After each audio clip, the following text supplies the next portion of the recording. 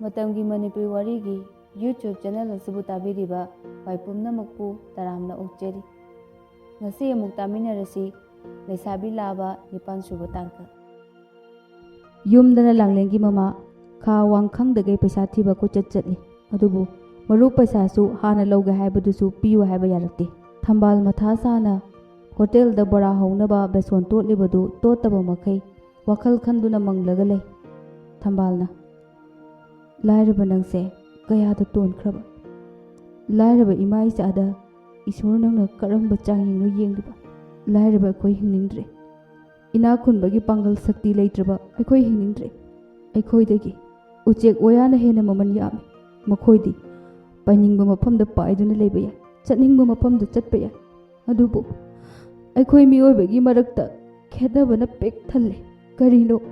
upai leitraba imai sana hujik tawgadoriba upai asibo tanja aduda thomba mamanaba aniga changlai ine oine thambal gyan khanglak lai haw haima thomba kai chasiga kaisu charoida ine karino inebu wakhal yamna nungaitana unglaga leida wakhal yamna nungaitaba malida asi hairaga mamanaba ani duda haifet noklaga mangak nomduna ingit tawi mamanabana ine kaidobo yauge naya akoida hekta habiyo ibungo ine se handakti mata khara saine adugini thombo igi bazigi sel khara tonba lei aduda maruki paisa do hana degi handaki tha sida lawba haidana hainabani hawjingna aikoi bu thajaraktabagi mawongda lawba yaroina hairi mamanaba mana amu hera ine kaisu khanbirunu da koi mayam leirisidi ine kaim khanbirunu akoi bazigi sel dudi aina thokpa du ngangnage kaigi irena wadoino inena waba haise langlensu yaudoini langlenu waba haise aisu yaudoini ne thambaldu ingak ngakna tai mamanaba amana ado ine bora asabado khitang thadaraga pibiro hoi hoi ine thadaraage ngahak ngairoko thomba furit manungdagi yu chekhaw ama lokthoraaga thakpa howi thambal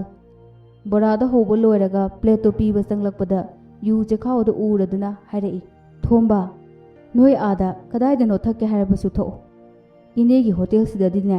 sigumbado tawgun mina lana khankini ne inegi mijat thigani thomba usittana ine akoi lekai sida aina tawuda mappa kanana modolai jinni haige kibigano ine kibigano aina yaraga lori itaw phul amata gaijalo he mamanaba aduna yu glass athanba ama heiraga pi phat chingkhatlaga bora ama ta paraga chasilli mamanaba amana ine kaisu khanbirunuda akoi taw thombana tawbangamdaba lakai sida kari leirige kari mata pakhatpirunuda ine thambal masado saunningbana lorami adubu upai leikide tumina leiba taki thomba nisa wari wari pangkhalaklaga wa ngang horai ine langlendi school chatkibro hoi bungo nasaldo school chakki akoi langlendo 12 thagadaba natro ine hoi hoi mani bungo adubu ine na lairaba ama oirubana tuition amatta su thaba ngamdre mabu maning thungan bangamdre khangdreda ine hoina hinglibase hingliba haibadune kaisumte khanbirunu da ine naya akoi lerisidi kadai da no phaba mafam amada hekta tamalaga lore kaino asumna yu chakaudu ngang dana thakpa lorami mamanaba amana ine chakau sa mukta langsek pikhoba natradi atopa mina lakpada inebu lana mu ukhraniba thambal sauning labasu makha chiktuna khangbada tarami upai leitabanina mi laklabadi hanagi usittabagi mathakta hena usitlaroi khallaga lakaina lana urani khanbadagi chekhaudu loisinlaga mainungda oine langsankre lakaigi mi kharasu bora saba laknai madu ubada thomba mamanaba aniga hagotuna chatke tawi thambalna ibungo thomba noigi je paisa pidri male ne ineda thomba hairi era ine lupa kun kunthragibu waoine ek tawradada kona pige. School da mathoi ga langlenga hap thabaduda wari makha chathai. Mathoi na as moidi komaine noi hotel do khangliba khangde anirak sure karanga tharaga noi ani khatnaba muknabado hojiksu dum leiribro adugumbodi karisu hairaktre handak kamuka huraadi ma adum loiredana manarunuda nupa nahaga yam muknabase phatte langlen nang nupi ne ai nupi ne haidana nupa na tawriga yaw hairo mathoi as adugi wa nateba farese toklase gu magi bag tagi boy ama lokthokuna chensilaga harai langlen se aina notes kara semlakpane nangi tuition ju chatte hai heya yare he wana bane arembada mathoina loksil lokainu mina wana sembira aga adomaina tongnu nungairo adudi loksilage ko thanks welcome mathoina mo is kainomdi ko yadi ko mi masadi guna no oga his chairo ani ma kupang tharakani yare lao canteen da chatlase ani da noklaga inaki santosu yauki ngasai degi tawriba mawong do sampras yenglaga lei kaino sigi helicopter sina akoi future wife sida sok yamna irang tawselise rakesh na amu plural form da harakanu da kaino koi langleng kaina pritam gi bana gi siyori ro ne e kaabne arembada ba namai fajabado pomni green ka ni ko adudi wa nganguda usaro lo sing ngangudana asigi helicopter se asengba langlen pami jalo pritamna oiramohe nang suba mi samna tinabo oiramni ngehak leitana mana irang toksilisidi seran turan pung chai chai ni ko rakesh na amu aibu ingak nga ida gyan ta daba ma leireda pritamna kari amuk torage nang namo nate mana torisibu chumlibraba laman khungani toramlaga mana suk yamna ona taina ba thabak toro isibu kamaina noba pritamna ho yekna bo oina uramba mamito tangi ye nungsibadi mitangi habado khangdena love is blind nangi na tawse ubada ai chinja tumina leijaraban nangna mo kai case leke ho mathoido aina wakal lama sum khanba ima ipema zero mind leramlisidi ai ithanda ngairaba hope amamamga tawraga noidi school ga se yamna bit leinaga karei jawara nangdi facebook tagi koyuduna single yaw ponte sa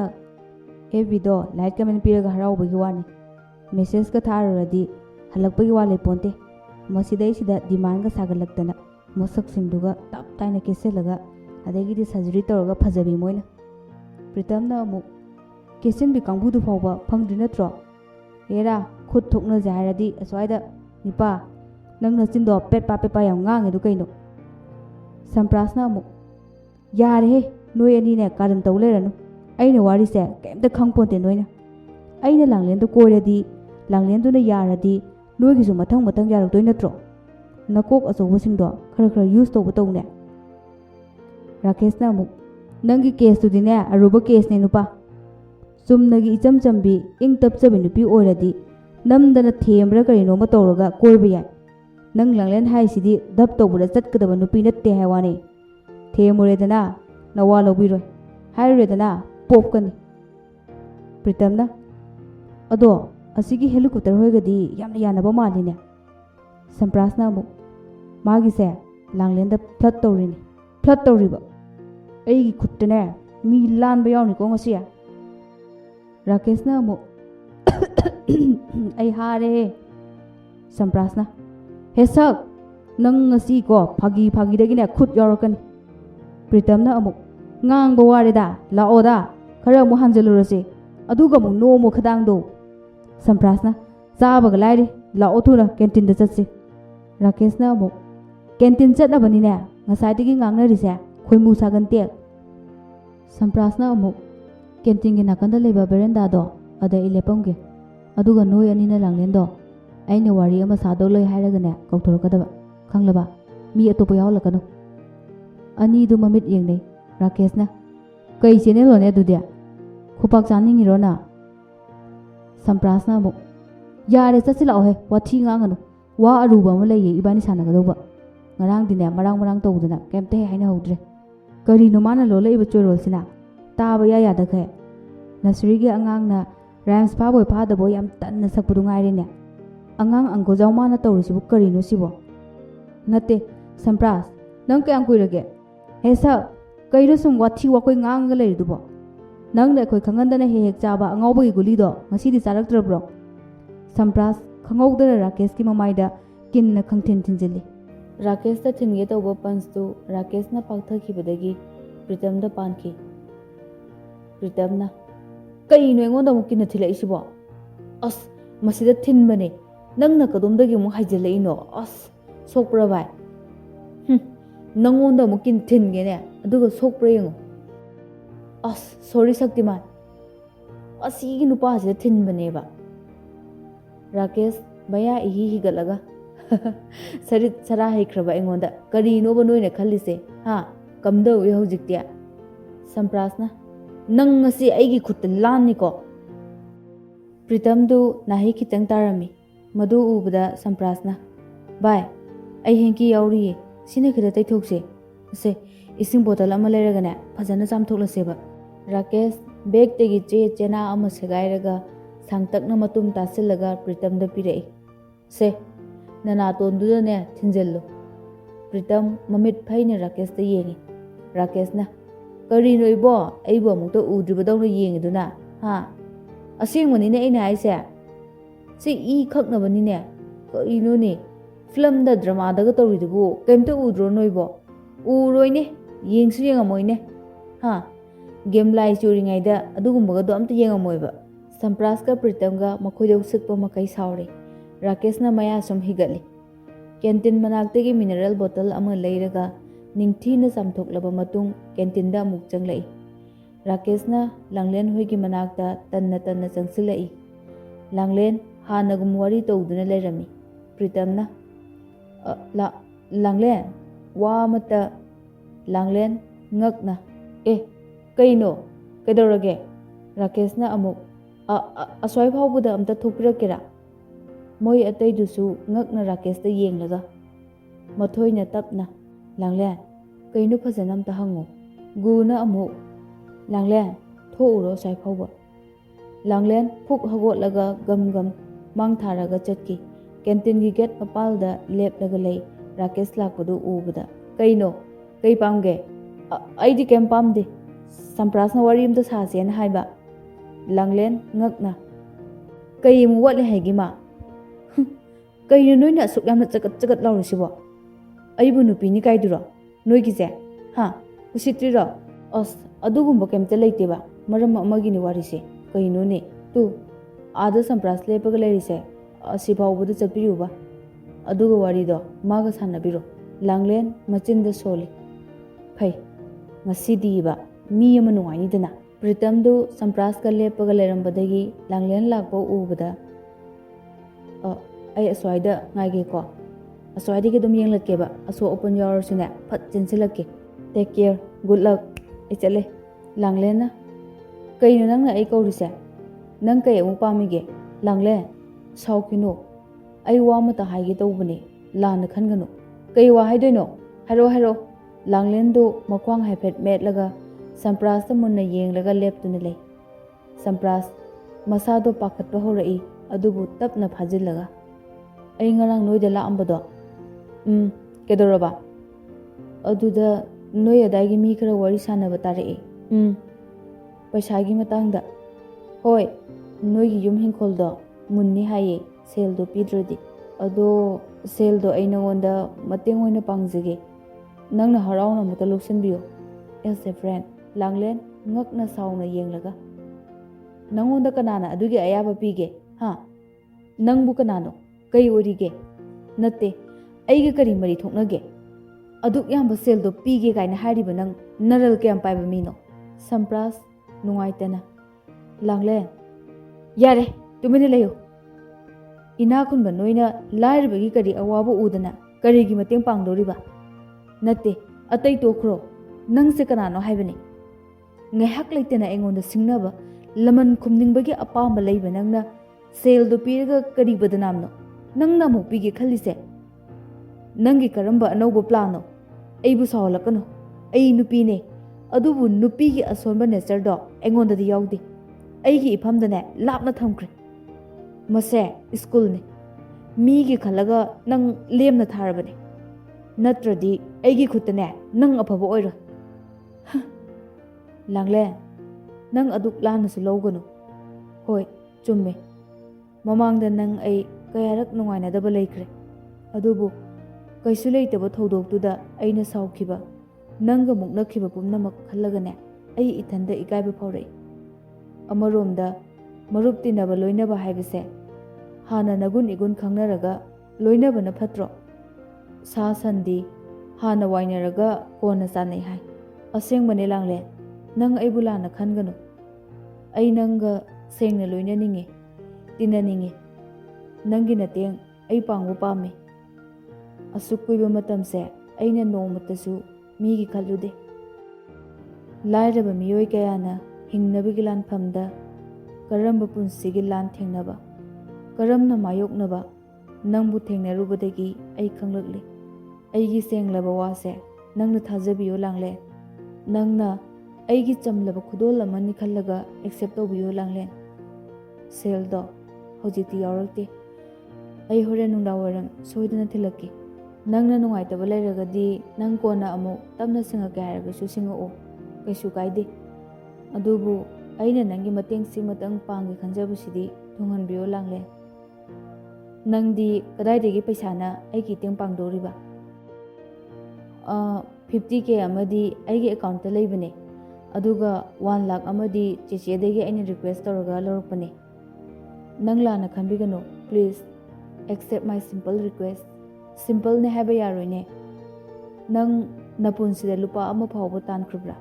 ꯅꯃꯥ ꯅꯄꯥꯅ ꯄꯩꯔꯒ ꯊꯝꯕ ꯁꯦꯜꯗꯨꯅ ꯅꯁꯥꯒꯤ ꯁꯥꯗꯨꯅ ꯅꯁꯥꯅ ꯄꯣꯡꯊꯣꯛꯂꯤ, ꯅꯨꯡꯉꯥꯏꯊꯣꯛꯂꯤ. ꯅꯈꯣꯏ ꯏꯅꯥꯛ ꯀꯩꯔꯥꯛ ꯈꯨꯟꯕꯁꯤꯡꯁꯤꯅ ꯂꯥꯏꯔꯕꯁꯤꯡꯕꯨ ꯃꯃꯜ ꯂꯩꯇꯦ. ꯁꯦꯜ ꯇꯥꯟꯕ ꯀꯌꯥꯃꯨꯛ ꯌꯥꯝꯅ ꯋꯥꯒꯦ ꯍꯥꯏꯕꯁꯦ ꯅꯁꯥꯅ तांदबनिना खंगलरोय अदुगा नंगी नरलसु नत्तबा नरल सारगा मतेंग पांगो पैसादो अइना लौरोय अइ स्ट्रेंजर अमदेगी मतेंग दरकार लेते लौसु लौरोय नंगना मीगी मतेंग पांगबो यामना पामलगदी नसागी पॉकेट मनीदेगी पांगनबो होनो अंगांग यामना ओइरी निंगथीना अदुम लाइरिक तमलगा लेयो मीगी पर्सनल लाइफता अयेप्पा पीगे खनगनो अफबो ओइरो असी हाइदुना लांगलेन चटख्रे संप्रास मथवाई सेंगना नुंगाइरमदे नाकंदा लेपलगा उंगलगा ले राकेश का प्रीतम गसु लांगलेन चटखिबदो उबदा चंगसिलक्तुना प्रीतमना कैदौरे अमु उंगा लेरिदे संप्रासना बाय अइना नहान मखै अखोइदि इना खुल्ली वाते पाते खल्लुबा अदुबो अइ मुक लाइरबा अइ मुक तोनबा लेरमद्रे अइ ngasidi सेंगना यामी काय असी हायरगा मपीदो तपना तारई राकेशना अमुक हेरा मपीगा तारई याम पक्त्रेना को नुपा मानदबा तोरकन नंग तोइदुबु कइनो मीना येंगनपा तारे मी कइनो नुपादि कप्पा यादब्रो नुपादि मी नतब्रो नुपादि थमोय पांदब्रो करीनो सिना अमुक तोरैसिबो पूरा सेंगेदना मसे गेजाव सेंगेबा कमाइन तौनी सिदे लाइजौबु थमोइदा थुम थालकनुको नुपा राकेश प्रीतम द ओनसिलगा बाय नंग चलो प्रिंसिपल दना लिव लेटर अम लौरुचो मसे कइनोम तौरे लांगलेन सु सोमदा मयाम मनाकता चंगलई माना फमथगे हेक तौबगा बेल तारई मथोइना चाबा नंगौद्रेदो यारे क्या कन्ना सु चानिंगदि गुना अमु लांगले ngसाइगिदुबु कनानो मथोइना स्कूल सिगी छात्रनी कइनो खंगद्रबो खंगेबा ngसाइ क्लास ता ओजाना मपांदा किक आउट तौबदुने हाबदी अदुदा लांगलेंगा तिनब्रा सिनी नाहंगैदि कौनबा उदबा लांगलेना क्लास ngasi lao गुगा संतोष का मनिंगदा लाई गुना बाय ngसाइगिदो नंग मसा खंगब्रा खंगे क्लास अमतदा तमिनरगा कइगी खंगोइदोइनो अदो लांगलेंगा तिनब्रो तिनरंबा तारेदना कौनरीदुना दे कदौरे नंगना अतुक मुन हंगिदे कइसु तौदे सुम हंगबनिदा ꯐꯔꯦꯅꯦ ꯁꯤꯒꯤ ꯋꯥꯁꯦ ꯇꯣꯛꯑꯁꯤ ꯑꯗꯣ ꯅꯪ ꯂꯥꯏꯔꯤꯛ ꯀꯌꯥꯝ ꯄꯥꯔꯒꯦ ꯑꯁ ꯏꯄꯥ ꯄꯥꯕ ꯌꯥꯗꯦꯗ ꯈꯪꯗꯦ ꯄꯥꯁꯄꯨ ꯇꯧꯒꯗ꯭ꯔꯥ ꯇꯧꯔꯣꯏꯗ꯭ꯔꯥ ꯒ꯭ꯌꯥꯟ ꯃꯦꯟ ꯇꯥꯗꯦꯗ ꯅꯪꯗꯤ ꯄꯥꯕ ꯂꯣꯏꯔꯝꯂꯅꯤꯅꯦ ꯑꯁ ꯑꯩꯁꯨ ꯌꯥꯝꯅ ꯄꯥꯗ꯭ꯔꯤꯗ ꯀ꯭ꯂꯥꯁꯀꯤ ꯑꯣꯖꯥ ꯆꯪꯂꯛꯇꯨꯅ ꯀ꯭ꯂꯥꯁ ꯂꯧꯕ ꯍꯧꯔꯕ ꯃꯇꯨꯡꯗ ꯔꯥꯀꯦꯁꯀ ꯁꯝꯄ꯭ꯔꯥꯁꯀ ꯆꯪꯂꯛꯏ ꯁꯝꯄ꯭ꯔꯥꯁꯇꯨ ꯃꯃꯥꯏ ꯃꯃꯤꯠ ꯉꯥꯛꯁꯪ ꯉꯥꯡꯉꯤ ꯔꯥꯀꯦꯁꯅ ꯃꯦꯝ ꯑꯩꯈꯣꯏ ꯑꯃꯨꯛꯇ ꯆꯪꯖꯔꯛꯀꯦ ꯌꯦꯁ ꯀꯃꯤꯟ ꯀꯩꯗꯧꯔꯦ ꯃꯥꯗꯤ ꯃꯦꯝ ꯃꯁꯥ ꯅꯨꯡꯉꯥꯏꯔꯛꯇꯕꯗꯒꯤ ꯄ꯭ꯔꯤꯟꯁꯤꯄꯜꯗ ꯂꯤꯞ ꯂꯦꯇꯔ ꯂꯧꯔꯨꯕꯅꯦ ꯑꯩꯈꯣꯏ ꯑꯃꯨꯛꯇ ꯏꯍꯦ ꯐꯔꯦ ꯏꯟꯊꯤꯖꯅ ꯆꯠꯂꯨꯀꯣ ꯅꯪꯒ ꯆꯠꯇꯧꯔꯤꯕ꯭ꯔꯣ ꯍꯣꯏ ꯃꯦꯝ ꯒꯥꯔꯤꯁꯦ ꯑꯩꯅ ꯊꯧꯔꯒ ꯆꯠꯂꯒꯦ ꯐꯔꯦ ꯏꯔꯦꯟꯖꯅ ꯌꯦꯡꯉꯒ ꯆꯠꯂꯨꯀꯣ ꯔꯥꯀꯦꯁ ꯄ꯭ꯔꯤꯇꯝꯗ ꯑꯣꯟꯁꯤꯜꯂꯒ ꯚꯥꯏ ꯅꯪ ꯑꯩꯒꯤ ꯒꯥꯔꯤꯁꯦ ꯍꯣꯔꯦꯟ ꯊꯧꯔꯒ ꯃꯣꯏꯗ ꯂꯥꯛꯑꯣ ꯑꯩ ꯃꯥꯒꯤꯁꯤꯗ ꯆꯠꯂꯝꯂꯒꯦ ꯁꯦ ꯁꯣꯔꯁꯤꯗ ꯂꯩꯔꯦ ꯍꯣꯏ ꯐꯖꯅ ꯆꯠꯂꯨꯀꯣ ꯃꯌꯥꯝꯗꯨ ꯏꯉꯛ ꯉꯛꯅ ꯌꯦꯡꯗꯨꯅ ꯂꯩꯅꯩ ꯃꯊꯣꯏꯅ ꯆꯤꯡꯅꯅ ꯂꯥꯡꯂꯦꯟ ꯀꯩꯅꯣ ꯁꯝꯄ꯭ꯔꯥꯁꯦ ꯅꯪꯅ ꯉꯁꯥꯏ ꯐꯨꯔꯨꯕ꯭ꯔꯣ ꯂꯥꯡꯂꯦꯟ ꯃꯉꯛ ꯍꯥꯏꯔꯒ ꯑꯩꯗꯤ ꯀꯩꯁꯨ ꯇꯧꯗꯦꯍꯦ ꯑꯗꯨꯗꯤ ꯀꯩꯗꯧꯔꯖꯥꯠꯅꯣ ꯃꯁꯥꯁꯦ ꯌꯥꯝ ꯁꯣꯟꯅ ꯎꯏ ꯀꯩꯁꯨ ꯇꯧꯔꯝꯃꯣꯏꯗ ꯁꯥꯔꯩꯒ ꯍꯧꯖꯥꯠꯂꯣ ꯁꯤꯕꯣ ꯅꯠꯇ꯭ꯔꯒ ꯅꯤꯁꯥꯒ ꯆꯥꯁꯤꯜꯂꯤꯖꯥꯠꯂꯣ ꯑꯁ ꯅꯪꯁꯨꯕ ꯑꯗꯨꯗꯤ ꯑꯣꯏꯔꯝꯗꯧ ꯃꯥꯟꯗꯦꯍꯦ ꯌꯥꯔꯦꯁꯦ ꯈꯗꯥꯡ ꯅꯣꯝꯃꯅꯨ ꯌꯥꯔꯦ ꯑꯣꯖꯥꯅ ꯎꯔꯗꯤꯅꯦ ꯏꯕꯥꯅꯤꯃꯨꯛ ꯐꯔꯛ ꯇꯥꯔꯅꯤ ꯌꯨꯝꯗ ꯔꯥꯀꯦꯁꯅ ꯇꯧꯔꯒ ꯁꯝꯄ꯭ꯔꯥꯁꯇꯨ ꯁꯝꯃꯒ ꯄꯨꯁꯤꯜꯂꯛꯏ ꯏꯅꯥꯈꯨꯟꯕꯤ ꯏꯃꯨꯡꯗ ꯇꯤꯚꯤ ꯌꯦꯡꯂꯒ ꯂꯩꯔꯝꯃꯤ ꯃꯆꯥꯒꯤ ꯃꯇꯧꯗꯨ ꯎꯕꯗ ꯄꯥꯈꯠꯅ ꯆꯦꯟꯁꯤꯜꯂꯛꯏ ꯍꯩꯃꯥ ꯔꯥꯀꯦꯁ ꯀꯩꯗꯧꯔꯦ ꯇꯧꯔꯤꯁꯤꯗꯤ ꯏꯃꯥ ꯁ꯭ꯀꯨꯜꯗ ꯃꯀꯣꯛ ꯉꯥꯎꯔꯛꯇꯅ ꯇꯨꯒꯦ ꯇꯧꯔꯛꯄꯗꯒꯤ ꯑꯩꯅ ꯄꯨꯔꯛꯏꯁꯤꯅꯦ ꯏꯁ ꯀꯩꯗꯧꯔꯖꯥꯠꯅꯣ ꯑꯣ ꯂꯥꯛꯑꯣ ꯁꯦ ꯅꯪꯅꯦ ꯃꯥꯒꯤ ꯀꯥ ꯐꯥꯎꯕꯗ ꯑꯃꯨꯛꯇ ꯄꯨꯁꯤꯟꯕꯤꯔꯝꯃꯨ ꯏꯃꯥꯅꯦ ꯄꯥꯕꯨꯡꯗ ꯀꯣꯜ ꯇꯧꯒꯦ ꯗꯣꯛꯇꯔ ꯄꯨꯔꯒ ꯂꯥꯛꯑꯣ ꯍꯥꯏꯅꯕ ꯑꯁꯨꯝꯅ ꯔꯨꯝ ꯃꯅꯨꯡꯗ ꯁꯝꯄ꯭ꯔꯥꯁ ꯏꯟꯊꯤꯖꯅ ꯍꯤꯞꯂꯝꯃꯤ ꯃꯥꯒꯤꯗꯣ ꯁꯦꯡꯅ BP ꯂꯣ ꯑꯣꯏꯔꯛꯄꯅꯤ ꯗꯣꯛꯇꯔ ꯀꯧꯔꯕ ꯃꯇꯨꯡꯗ ꯗ꯭ꯔꯤꯞ ꯑꯃ ꯌꯥꯜꯂꯝꯃꯤ ꯏꯅꯥꯈꯨꯟꯕꯤꯅ ꯗꯣꯛꯇꯔ ꯀꯩꯁꯨ ꯇꯧꯔꯔꯣꯏꯀꯣ ꯀꯩꯁꯨ ꯊꯣꯏꯗꯣꯛꯄ ꯇꯧꯔꯔꯣꯏ ꯏꯇꯩꯕꯦꯝꯃ ꯃꯥꯒꯤꯁꯦ BP ꯂꯣ ꯑꯣꯏꯕꯅꯤ ꯑꯉꯥꯡꯁꯦ ꯍꯟꯗꯛꯇꯤ ꯆꯥꯕ ꯊꯛꯄ ꯈꯔ ꯋꯥꯠꯄ ꯑꯗꯨꯒ ꯇꯨꯝꯕꯁꯨ ꯈꯔ ꯋꯥꯠꯄ ꯃꯥꯜꯂꯦ ꯏꯔꯦꯟꯖꯅ ꯄꯣꯊꯥꯍꯟꯕꯤꯌꯨ ꯁ꯭ꯀꯨꯜ ꯀꯥꯕ ꯁꯥꯇ꯭ꯔꯁꯤꯡꯗꯗꯤ ꯃꯁꯦ ꯇꯣꯏꯅ ꯊꯣꯛꯀꯜꯂꯦ ꯆꯠꯂꯝꯗꯥꯏ ꯈꯣꯠꯂꯝꯗꯥꯏꯗ ꯏꯟꯊꯤꯖꯅ ꯆꯥꯕ ꯊꯛꯄ ꯇꯧꯗꯕ ꯑꯗꯨꯒ ꯋꯥꯕꯅ ꯍꯦꯟꯕ ꯑꯗꯨꯗꯒꯤꯁꯨ ꯊꯣꯛꯄꯅꯤ ꯈꯤꯇꯪ ꯔꯤꯂꯦꯛꯁ ꯇꯧꯍꯟꯕꯤꯌꯨ ꯑꯗꯨꯒ ꯁꯨꯞꯀꯨꯝꯕ ꯈꯔ ꯄꯤꯊꯛꯄꯤꯌꯨ ꯃꯁꯥꯁꯦ ꯈꯔ ꯇꯦꯛꯈꯠꯅꯕ ꯍꯣꯏ ꯏꯕꯨꯡꯉꯣ ꯗꯣꯛꯇꯔ ꯑꯗꯨꯗꯤ ꯑꯩ ꯑꯃꯨꯛ ꯌꯧꯖꯔꯒꯦ ꯍꯣꯏ ꯗꯣꯛꯇꯔ ꯁꯦꯜꯁꯦ ꯂꯧꯁꯤꯟꯕꯤꯌꯨ ꯑꯗꯨꯗꯤ ꯑꯩ ꯊꯤꯟꯗꯣꯛꯆꯒꯦ ꯔꯥꯀꯦꯁꯇ ꯑꯣꯟꯁꯤꯜꯂꯒ ꯍꯥꯏꯔꯛꯏ ꯔꯥꯀꯦꯁ ꯅꯪꯒꯤ ꯃꯔꯨꯞꯀꯅꯦ ꯉꯥꯏꯍꯥꯛꯇꯤ ꯂꯩꯌꯨ ꯅꯣꯏ ꯄꯥꯕꯨꯡꯁꯨ ꯌꯧꯔꯛꯂꯅꯤ ꯍꯣꯏ ꯏꯃꯥ ꯏꯅꯥꯈꯨꯟꯕꯤ ꯊꯣꯛꯈꯤꯕꯒ ꯔꯥꯀꯦꯁꯅ ꯀꯩꯅꯣ ꯅꯪꯅ ꯇꯧꯔꯤꯁꯤꯕꯣ ꯀꯩꯁꯨ ꯂꯩꯇꯕ ꯄ꯭ꯔꯣꯕ꯭ꯂꯦꯝꯁꯤꯗ ꯑꯗꯨꯛ ꯁꯦꯔꯤꯌꯁꯀ ꯇꯥꯔꯤꯗꯨꯕꯨ ꯀꯩꯒꯤꯅꯣ ꯅꯪꯀꯣ ꯅꯨꯄꯥ ꯌꯥꯝ ꯃꯥꯟꯗꯕ ꯇꯧꯔꯛꯀꯅꯨ ꯑꯩꯗꯤꯕ ꯉꯁꯥꯏ ꯅꯪꯅꯒ ꯂꯦꯛꯊꯔꯛꯄꯗꯣ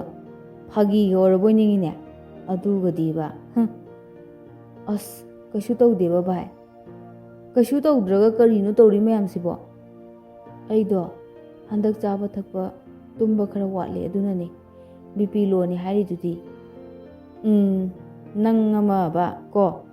ꯚꯥꯏ ꯍꯥꯏꯌꯨ ꯀꯩꯗꯧꯔꯒꯦ ꯅꯨꯄꯥꯒꯤ ꯊꯃꯣꯏꯒ ꯅꯨꯄꯤꯒꯤ ꯊꯃꯣꯏꯒ ꯀꯌꯥꯃꯨꯛ ꯌꯥꯝꯅ ꯆꯥꯡ ꯈꯦꯠꯅꯕꯒꯦ ꯅꯨꯄꯥꯒꯤꯅ ꯂꯨꯝꯕ ꯄꯥꯛꯄ ꯆꯥꯎꯕ ꯍꯦꯟꯕ꯭ꯔꯣ ꯊꯃꯣꯏ ꯄꯦꯠꯊꯕ ꯍꯥꯏꯕꯒꯤ ꯁꯔꯨꯛꯇꯣ ꯅꯨꯄꯥꯗꯗꯤ ꯌꯥꯎꯗꯦ ꯍꯥꯏꯅꯩ ꯑꯗꯨꯒ ꯑꯩꯒꯤ ꯊꯃꯣꯏꯁꯤꯅ ꯀꯔꯤ ꯑꯩꯒꯤ ꯊꯃꯣꯏꯁꯦ ꯑꯣꯟꯅ ꯇꯩꯅꯅꯒ ꯅꯨꯄꯤꯒꯤ ꯊꯃꯣꯏꯒ ꯄꯥꯜꯂꯛꯑꯕ ꯖꯥꯠꯂꯣ ꯅꯨꯄꯤꯗꯤ ꯌꯥꯝꯅ ꯁꯣꯜꯂꯤ ꯍꯥꯏꯅꯩ ꯂꯥꯡꯂꯦꯟꯒꯤ ꯊꯃꯣꯏꯁꯤꯅ ꯀꯔꯤꯅꯣ ꯌꯥꯝꯅ ꯀꯟꯕꯒꯨꯝ ꯇꯧꯔꯤꯁꯤꯕꯣ ꯑꯩꯅ ꯋꯥꯔꯤꯁꯦ ꯃꯥꯅꯗꯤ ꯈꯪꯉꯝꯃꯣꯏꯗ꯭ꯔꯥ ꯁꯦꯡꯅ ꯑꯩꯒꯤ ꯑꯆꯝꯕ ꯋꯥꯈꯜꯁꯦ ꯃꯥꯅ ꯂꯥꯟꯅ ꯈꯜꯂꯤꯕ ꯀꯔꯤꯒꯤꯅꯣ ꯑꯩ ꯍꯧꯖꯤꯛ ꯃꯥꯒꯤ ꯊꯃꯣꯏꯁꯦ ꯃꯁꯛ ꯃꯨꯟꯅ ꯈꯪꯕ ꯄꯥꯝꯃꯤ ꯃꯥꯒꯤ ꯊꯃꯣꯏꯁꯦ ꯈꯪꯕ ꯉꯝꯕ SI ꯇꯤꯝ ꯑꯃ ꯂꯩꯔꯝꯂꯕ ꯊꯃꯣꯏ ꯑꯃꯅ ꯊꯃꯣꯏ ꯑꯃꯗ ꯑꯣꯠꯄꯒꯤ ꯗꯟꯗꯤꯁꯦ ꯆꯍꯤ ꯃꯁꯤꯡ ꯈꯪꯗꯅ ꯊꯃꯣꯏꯒꯤ ꯀꯩꯁꯨꯝꯁꯪꯗ ꯐꯥꯗꯣꯛ ꯇꯥꯔꯝꯒꯅꯤꯀꯣ ꯔꯥꯀꯦꯁ ꯀꯨꯕꯦꯔ ꯍꯥꯊꯨ ꯂꯥꯛꯂꯒ ꯀꯩꯗꯧꯔꯦꯕ ꯏꯆꯥꯕꯨ ꯀꯩꯗꯧꯔꯦꯕ ꯔꯥꯀꯦꯁ ꯐꯃꯨꯡꯗ ꯐꯝꯗꯨꯅ ꯂꯩꯔꯝꯕꯗꯨ ꯈꯔ ꯆꯠꯊꯣꯛꯑꯒ ꯐꯝꯃꯤ ꯀꯨꯕꯦꯔ ꯃꯆꯥꯒꯤ ꯃꯃꯥꯏ ꯄꯥꯏꯗꯨꯅ ꯌꯦꯡꯉꯤ ꯔꯥꯀꯦꯁꯅ BP ꯂꯣ ꯑꯣꯏꯕꯒꯤ ꯀꯣꯛ ꯉꯥꯎꯔꯒ ꯋꯥꯟꯊꯔꯛꯄꯅꯦ ꯄꯥꯕꯨꯡ ꯗꯣꯛꯇꯔ ꯂꯥꯛꯑꯝꯃꯦ, ꯀꯩꯁꯨ ꯇꯧꯔꯔꯣꯏꯅ ꯍꯥꯏꯔꯝꯃꯦ꯫ ꯀꯨꯕꯦꯔ ꯏꯅꯥꯛ ꯈꯨꯟꯕꯤꯗ ꯑꯣꯟꯁꯤꯟꯗꯨꯅ, ꯆꯥꯛ ꯑꯁꯥꯕꯗꯣ ꯈꯔ ꯊꯣꯡꯒꯠꯂꯨ ꯃꯃꯥ꯫ ꯆꯥꯕ ꯊꯛꯄ ꯃꯇꯝ ꯅꯥꯏꯗ꯭ꯔꯦ꯫ ꯆꯥꯕꯣꯏ ꯆꯥꯗꯕꯣꯏ ꯑꯆꯥꯄꯣꯠ ꯈꯔ ꯆꯥꯁꯤꯜꯂꯒ ꯆꯥꯛ ꯆꯥꯅꯤꯡꯗ꯭ꯔꯦ ꯍꯥꯏꯗꯅ ꯆꯥꯗꯕꯗꯨꯅꯗꯤ ꯍꯛꯆꯥꯡ ꯁꯣꯛꯄ ꯇꯥꯕꯅꯤꯅꯦ꯫ ꯍꯦꯛꯇ ꯌꯥꯔꯛꯇꯕꯅꯤꯅꯦ꯫ ꯏꯅꯥꯛ ꯈꯨꯟꯕꯤꯅ, ꯌꯥꯍꯧꯒꯗꯣ ꯉꯟꯅ ꯍꯧꯕꯤꯔꯅꯨ, ꯅꯁꯥ ꯅꯥꯗꯧꯕ ꯑꯣꯏꯔꯗꯤ꯫ ꯃꯣꯏ ꯄꯥꯕꯨꯡ, ꯃꯩꯇꯩ ꯌꯦꯟꯗꯣ ꯑꯝꯇ ꯊꯤꯕꯤꯒꯦꯔꯥ? ꯁꯨꯞ ꯇꯧꯔꯒ ꯑꯝꯇ ꯄꯤꯊꯛꯅꯕ꯫ ꯍꯣꯏ ꯍꯣꯏ, ꯑꯩ ꯂꯤꯂꯣꯡ ꯂꯣꯝꯗꯅꯦ ꯍꯥꯏꯊꯔꯒ ꯌꯦꯡꯂꯛꯑꯒꯦ꯫ ꯈꯨꯅꯨ ꯈꯔꯁꯨ ꯂꯩꯔꯛꯀꯦ꯫ ꯈꯨꯅꯨ ꯁꯨꯞ ꯊꯛꯄꯁꯦ ꯌꯥꯝꯅ ꯀꯥꯟꯅꯩ꯫ ꯏꯁꯥꯗ ꯁꯣꯛꯊꯕ ꯈꯣꯠꯄ ꯐꯕꯅꯤ꯫ ꯔꯥꯀꯦꯁꯇ ꯑꯣꯟꯁꯤꯜꯂꯒ, ꯔꯥꯀꯦꯁ, ꯅꯪꯁꯨ ꯍꯟꯈꯤꯅꯨꯀꯣ, ꯆꯥꯛ ꯆꯥꯈ꯭ꯔꯣ, ꯅꯨꯡꯗꯥꯡ ꯇꯞꯅ ꯆꯠꯂꯨ꯫ ꯏꯅꯥꯛ ꯈꯨꯟꯕꯤꯅ, ꯏꯆꯥꯁꯤꯡꯁꯦ ꯌꯥꯎꯗ ꯌꯥꯎꯔꯦ ꯇꯧꯔꯤꯁꯦ ꯑꯦꯛꯖꯥꯝ ꯃꯌꯥꯁꯤꯗ꯫ ꯁꯤꯗ ꯂꯩꯔꯁꯨ ꯂꯩꯊꯣꯛꯑꯣ ꯍꯥꯏꯗꯧꯁꯨ ꯅꯣꯏ ꯃꯃꯥꯅ ꯌꯥꯔꯛꯑꯣꯏꯅꯦ꯫ ꯍꯣꯏ ꯏꯃꯥ, ꯑꯩꯈꯣꯏ ꯑꯅꯤꯈꯛ ꯂꯩꯕꯅꯤꯅ꯫ ꯀꯨꯕꯦꯔꯅ, ꯉꯟꯇꯥꯅ ꯆꯔꯥ ꯋꯥꯟꯕ ꯑꯣꯏꯅ ꯆꯥꯅꯕ ꯅꯃꯥꯕꯨ ꯊꯣꯡꯍꯜꯂꯒꯦ꯫ ꯅꯨꯡꯗꯥꯡ ꯌꯧꯔꯅꯨ, ꯅꯃꯥ ꯃꯊꯟꯇ ꯂꯩꯕꯁꯨ ꯅꯨꯡꯉꯥꯏꯔꯣꯏ꯫ ꯑꯩꯁꯨꯅꯦ ꯏꯀꯥꯎ ꯍꯦꯛ ꯀꯥꯎꯊꯣꯛꯎꯔꯦ꯫ ꯏꯍꯦ, ꯄ꯭ꯔꯤꯇꯝꯗꯤ ꯎꯗꯦ, ꯃꯥꯗꯤ ꯂꯥꯛꯇ꯭ꯔꯕ꯭ꯔꯥ? ꯄꯥꯕꯨꯡ, ꯃꯥꯅ ꯀ꯭ꯂꯥꯁ ꯌꯥꯎꯍꯧꯔꯤꯌꯦ꯫ ꯑꯩꯅ ꯁꯝꯄ꯭ꯔꯥꯁꯀꯤ ꯒꯥꯔꯤꯁꯦ ꯄꯨꯔꯒ ꯂꯥꯛꯑꯕꯅꯦ꯫ ꯃꯥꯅ ꯑꯩꯒꯤꯗ ꯄꯨꯔꯒ ꯂꯥꯛꯑꯅꯤ, ꯑꯗꯨꯒ ꯍꯣꯔꯦꯟ ꯑꯩꯈꯣꯏꯕꯥꯅꯤ ꯍꯟꯃꯤꯟꯅꯔꯒꯦ꯫ ꯐꯔꯦ ꯐꯔꯦ꯫ ꯅꯣꯏ ꯅꯃꯥꯟꯅꯕ ꯇꯤꯟꯅꯕꯁꯦ ꯑꯁꯨꯝꯅ ꯑꯃꯅ ꯑꯃꯒꯤ ꯃꯇꯦꯡ ꯄꯥꯡꯅꯗꯅ ꯄꯨꯛꯆꯦꯜ ꯈꯣꯏꯖꯦꯜ ꯇꯤꯟꯅꯅ ꯇꯤꯟꯅꯕꯁꯦ ꯍꯌꯦꯡꯋꯥꯏ ꯇꯨꯡ ꯐꯥꯎꯕ ꯇꯤꯟꯅꯒꯗꯕꯅꯤꯀꯣ꯫ ꯃꯃꯥ, ꯏꯆꯥ ꯄ꯭ꯔꯤꯇꯝ ꯂꯥꯛꯄ ꯅꯪꯅꯕ ꯆꯥꯛꯇꯣ ꯊꯣꯡꯕꯤꯔꯣ꯫ ꯇꯤꯜꯍꯧ ꯆꯅꯝꯒꯗꯣ ꯁꯦꯝꯃꯝꯃꯨ꯫ ꯌꯦꯟ ꯀꯪꯅ ꯉꯧꯔꯒ ꯆꯥꯅꯕ ꯈꯔꯁꯨ ꯌꯥꯎꯔꯛꯑꯒꯦ꯫ ꯍꯣꯏ ꯍꯣꯏ, ꯑꯗꯨꯗꯤ ꯕꯨꯡꯕꯥ, ꯅꯪꯅ ꯆꯥꯅꯕ ꯃꯃꯥ ꯆꯝꯐꯨꯠ ꯈꯔ ꯐꯨꯠꯄꯤꯔꯛꯑꯒꯦ꯫ ꯅꯪ ꯔꯥꯀꯦꯁꯀ ꯂꯩꯔꯝꯃꯨꯀꯣ꯫ ꯔꯥꯀꯦꯁ ꯏꯅꯥꯛ ꯈꯨꯟꯕꯤ ꯊꯣꯛꯈꯤꯕꯒ, ꯅꯪ ꯀꯥꯔꯟ ꯇꯨꯔꯟ ꯌꯥꯝ ꯉꯥꯡꯉꯤ꯫ ꯆꯣꯔꯣꯂꯣ ꯄꯥꯔꯣꯂꯣ ꯂꯣꯜꯂꯤ ꯃꯌꯥꯝꯗꯨꯕꯨ ꯀꯩꯅꯣ? ꯀꯩꯁꯨ ꯂꯩꯇꯕꯗ ꯉꯥꯡꯉꯤꯕ ꯂꯣꯜꯂꯤꯕ ꯃꯌꯥꯝꯗꯨꯕꯨ ꯀꯔꯤꯅꯣꯕ? ꯀꯩ ꯍꯥꯏꯔꯤꯅꯣꯕ ꯉꯁꯥꯏ ꯅꯪꯒꯤꯗꯣ? ꯚꯥꯏ, ꯑꯩ ꯉꯁꯤꯗꯤ ꯏꯁꯥꯒꯤ ꯁꯦꯟꯊꯣꯛ ꯂꯝꯕꯤ ꯂꯩꯅꯕ ꯍꯣꯠꯅꯔꯅꯤ꯫ ꯏꯃꯥ ꯏꯄꯥꯒꯤ ꯃꯔꯜꯅ ꯑꯩꯈꯣꯏꯅ ꯄꯣꯡꯅ ꯆꯥꯎꯅ ꯍꯤꯡꯕꯁꯦ ꯑꯩꯈꯣꯏꯁꯦ ꯀꯩꯁꯨ ꯑꯣꯏꯔꯝꯗ꯭ꯔꯦ꯫ ꯀꯩꯅꯣ ꯅꯪꯅ ꯍꯥꯏꯔꯤꯗꯨꯕꯣ? ꯑꯩꯈꯣꯏ ꯍꯧꯖꯤꯛꯁꯦ ꯁꯥꯇ꯭ꯔꯅꯤ꯫ ꯁꯥꯇ꯭ꯔꯒꯤ ꯃꯊꯧꯁꯦ ꯀꯔꯤꯅꯣ? ꯂꯥꯏꯔꯤꯛ ꯂꯥꯏꯁꯨꯗ ꯃꯥꯏ ꯑꯣꯟꯁꯤꯟꯕ, ꯑꯁꯪꯕ ꯃꯇꯝꯗ ꯏꯃꯥ ꯏꯄꯥꯒꯤ ꯃꯇꯦꯡ ꯄꯥꯡꯕ, ꯁꯤ ꯅꯠꯇ꯭ꯔꯣ? ꯍꯣꯏ, ꯆꯨꯝꯃꯤ꯫ ꯑꯩꯁꯨ ꯏꯄꯥ ꯂꯩꯇ꯭ꯔꯦ꯫ ꯏꯄꯥ ꯂꯩꯇꯕꯒꯤ ꯑꯋꯥꯕ, ꯑꯋꯥꯠꯄ ꯃꯌꯥꯝ ꯑꯃꯗꯤ ꯂꯩ꯫ ꯑꯗꯨꯕꯨ ꯑꯩꯒꯤ ꯏꯃꯥꯅ ꯃꯆꯥ ꯑꯩꯒꯤ ꯑꯋꯥꯠꯄ ꯑꯃꯠꯇ ꯂꯩꯇꯅ ꯋꯥꯅ ꯍꯣꯠꯅꯖꯕ ꯑꯩꯁꯨ ꯈꯪꯗꯕ ꯅꯠꯇꯦ꯫ ꯑꯗꯨꯕꯨ ꯑꯩ ꯍꯧꯖꯤꯛ ꯏꯃꯥꯒꯤ ꯃꯇꯦꯡ ꯑꯃꯠꯇ ꯄꯥꯡꯕꯗꯤ ꯉꯝꯗꯦ, ꯄꯥꯡꯁꯨ ꯄꯥꯡꯗ꯭ꯔꯤ꯫ ꯑꯗꯨꯕꯨ ꯃꯇꯤꯛ ꯆꯥꯕ ꯃꯤ ꯑꯃ ꯑꯣꯏꯔꯒ ꯑꯩꯈꯣꯏꯅ ꯏꯃꯥ ꯕꯕꯥꯕꯨ ꯂꯨꯅ ꯇꯧꯗꯨꯅ ꯅꯨꯡꯉꯥꯏꯅ ꯑꯃꯨꯛ ꯊꯝꯗꯧꯔꯤꯕ ꯅꯠꯇ꯭ꯔꯣ? ꯁꯤ ꯅꯠꯇ꯭ꯔꯣ ꯇꯥꯏꯕꯪꯒꯤ ꯆꯠꯅꯕꯤ ꯍꯥꯏꯁꯦ? ꯆꯨꯝꯃꯦ, ꯑꯩ ꯌꯥꯝꯅ ꯉꯥꯎꯏ, ꯂꯥꯡꯉꯤ꯫ ꯑꯗꯨꯕꯨ ꯏꯃꯥꯒꯤ ꯊꯃꯣꯏ ꯁꯣꯛꯅꯕ ꯊꯕꯛꯇꯤ ꯑꯃꯠꯇ ꯇꯧꯗ꯭ꯔꯤ, ꯇꯧꯁꯨ ꯇꯧꯔꯣꯏ꯫ ꯁꯤ ꯅꯠꯇ꯭ꯔꯣ ꯏꯃꯥ ꯏꯄꯥꯅ ꯄꯥꯝꯖꯕ ꯍꯥꯏꯁꯦ? ꯚꯥꯏ, ꯑꯩ ꯂꯥꯡꯂꯦꯟꯒꯤ ꯃꯃꯥꯡꯗ ꯌꯥꯝꯅ ꯏꯀꯥꯏ꯫ ꯍꯦꯛ ꯇꯧꯕꯒ ꯂꯥꯡꯂꯦꯟ, ꯍꯦꯛ ꯇꯧꯕꯒ ꯂꯥꯡꯂꯦꯟ꯫ ꯃꯗꯨꯒꯤ ꯅꯨꯄꯤ ꯅꯨꯄꯥ ꯁꯥ ꯃꯔꯛ ꯉꯥ ꯃꯔꯛꯇꯣ ꯁꯨꯝ ꯈꯜꯂꯒ ꯂꯩꯗꯨꯕꯨ ꯀꯔꯤꯒꯤꯅꯣ? ꯃꯗꯣ ꯄꯨꯔꯥ ꯂꯤꯟ ꯈꯥꯔꯧꯅꯤ꯫ ꯂꯨꯗꯣꯒꯤ 99ꯗ ꯆꯤꯛꯄꯗꯣ, ꯑꯗꯨꯒꯅꯦ ꯖꯔꯔꯔ 4ꯗ ꯍꯟꯊꯕꯗꯣ, ꯑꯗꯨꯗꯨꯅꯦ꯫ ꯑꯗꯨꯏ ꯃꯅꯥꯛꯇꯅꯦ ꯌꯥꯝꯅ ꯅꯛꯁꯤꯜꯂꯨꯅꯨꯀೋ꯫ ꯅꯪ ꯍꯨ ꯀꯥꯗꯅꯕ ꯁꯪꯇ꯭ꯔꯤꯛ ꯁꯪꯉꯒ ꯂꯩꯈꯥꯗ ꯇꯥꯏꯗꯨꯅꯤ꯫ ꯅꯪ ꯅꯨꯡꯁꯤꯕ ꯀꯥꯏ ꯄꯨꯡ ꯆꯥꯏ ꯆꯥꯏꯔꯤꯗꯨꯅꯤ꯫ ꯑꯁ, ꯌꯥꯝꯅ ꯉꯥꯡꯉꯤꯍꯦ꯫ ꯐꯔꯦꯅꯦ, ꯉꯥꯡꯉꯔꯣꯏꯅꯦ꯫ ꯑꯗꯣ ꯀꯩ ꯃꯇꯥꯡꯒꯤꯅꯣꯕ ꯅꯣꯏ ꯑꯅꯤꯅ ꯉꯁꯥꯏ ꯁꯥꯔꯤꯕ ꯋꯥꯔꯤꯗꯨꯕꯨ?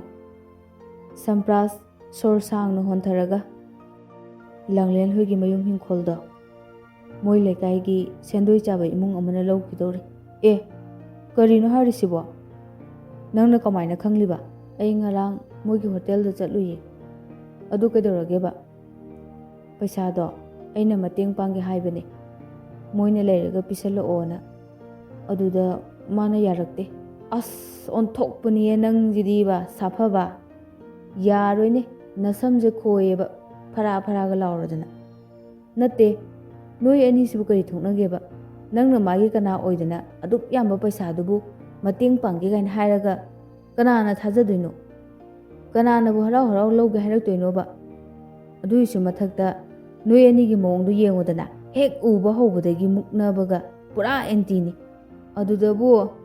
ꯅꯪꯅ ꯍꯦꯟꯅ ꯉꯛꯈ꯭ꯔꯦꯕꯣ꯫ ꯑꯗꯨ ꯑꯣꯏꯔꯁꯨ ꯑꯩꯈꯣꯏ ꯁ꯭ꯀꯨꯜ ꯑꯃꯠꯇꯗ ꯇꯝꯃꯤꯟꯅꯔꯤꯕ ꯅꯠꯇ꯭ꯔꯣ? ꯅꯪꯒꯤ ꯋꯥꯗꯣ ꯌꯥꯗꯦꯗ ꯃꯁꯥ ꯈꯪꯗꯅ ꯀꯣꯏꯕ ꯈꯪꯂꯛꯄ ꯃꯤꯀꯨꯞꯇ ꯕꯥꯏ ꯍꯥꯏꯗꯨꯅꯤ ꯑꯁꯦꯡꯕꯅꯦ ꯚꯥꯏ ꯑꯩ ꯃꯥꯕꯨ ꯌꯥꯝꯅ ꯅꯨꯡꯁꯤꯔꯨꯔꯦ ꯍꯣ ꯑꯣꯖꯥ ꯈꯪꯖꯔꯦ ꯅꯨꯡꯁꯤꯗꯦ ꯍꯥꯏꯕꯗꯤꯅꯦ ꯉꯁꯥꯏꯅ ꯈꯪꯉꯦ ꯉꯁꯥꯏ ꯀꯞꯄꯛꯏꯗꯣ ꯑꯗꯨꯗ ꯑꯗꯨꯝ ꯈꯪꯉꯦ ꯁꯣꯛ ꯆꯠꯇꯅꯒꯁꯨ ꯇꯧꯔꯤꯌꯦ ꯅꯁꯥꯗꯣ ꯑꯁ ꯑꯩ ꯉꯥꯛꯇ ꯇꯨꯃꯤꯟꯅ ꯍꯤꯞꯀꯦ ꯅꯪ ꯃꯈꯥ ꯀꯨꯝꯊꯈ꯭ꯔꯣ ꯆꯠꯂꯣ ꯆꯥꯛ ꯊꯣꯡꯕꯗꯣ ꯑꯝꯇ ꯌꯥꯎꯔꯨꯆꯣ ꯑꯣ ꯕꯥꯖꯤꯗ ꯍꯥꯏꯔꯨꯔꯣ ꯉꯝꯗ꯭ꯔꯦ ꯅꯪ ꯁꯦꯟꯅꯕ ꯍꯣꯠꯅꯕꯗꯅꯦ ꯑꯩꯁꯦ ꯗꯥꯎꯟ ꯑꯣꯏꯔꯦ ꯑꯗꯣ ꯍꯩ ꯃꯍꯤꯔ ꯀꯩꯅꯣ ꯊꯛꯆꯤꯜꯂꯣ ꯐ꯭ꯔꯤꯖꯇꯒꯤ ꯂꯧꯊꯣꯛꯑꯒ ꯔꯥꯀꯦꯁ ꯐ꯭ꯔꯤꯖꯇꯒꯤ ꯐꯟꯇꯥ ꯕꯣꯇꯜ ꯑꯃ ꯂꯧꯊꯣꯛꯑꯒ ꯒꯨꯔꯨ ꯒꯨꯔꯨ ꯊꯛꯆꯤꯜꯂꯤ ꯑꯁꯤ ꯑꯣꯏꯔꯗꯤ ꯆꯈꯥꯎꯁꯦ ꯈꯔ ꯍꯦꯛ ꯏꯪꯉꯤꯗꯅ ꯀꯗꯥꯏ ꯅꯪ ꯃꯣꯕꯥꯏꯜꯗꯣ ꯑꯝꯇ ꯄꯤꯔꯛꯑꯣ ꯆꯥꯔꯖ ꯇꯧꯗ꯭ꯔꯣ ꯑꯗꯨꯗ ꯍꯣꯏ ꯌꯥꯔꯦ ꯇꯨꯝꯖꯔꯣ ꯑꯩ ꯁꯨꯛꯀ ꯂꯣꯏꯔꯒꯅꯦ ꯍꯧꯗꯣꯔꯛꯑꯒꯦ ꯌꯨꯇ꯭ꯌꯨꯕ ꯉꯥꯛꯇ ꯌꯦꯡꯒꯦ